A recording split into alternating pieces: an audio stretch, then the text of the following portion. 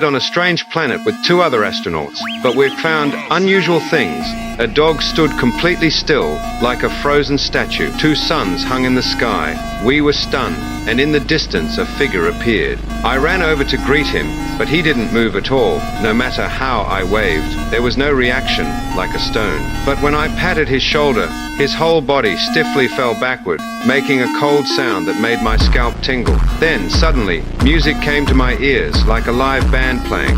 But when I walked closer, the musicians were frozen in place, and the music only came from loudspeakers. I kept walking forward and arrived at a mayor's welcoming rally. The crowd was packed, but the clock on the wall had no hands, as if time here had completely stopped. We decided to split up and meet again in 1 hour. I walked into a beauty contest. The models were all frozen in the middle of the stage. I snapped my fingers next to one person's ear, still no reaction. The champion's figure caught my attention, but when I saw her face, I froze completely. Their standard of beauty was totally different from ours.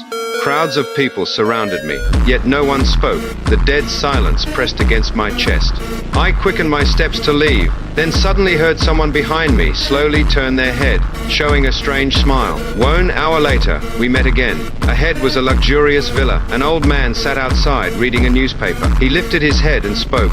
We were all stunned. The old man said he was real and warmly invited us in. When he heard we were from Earth, he was surprised and asked if Earth had gone through nuclear war. My teammate answered, yes, it broke out in 1985, destroyed most of the surface, and took 200 years to rebuild. The old man sighed and said, what a pity. I was about to ask more, but his next words made my whole body go cold. You are in a cemetery now. Don't you realize it yet?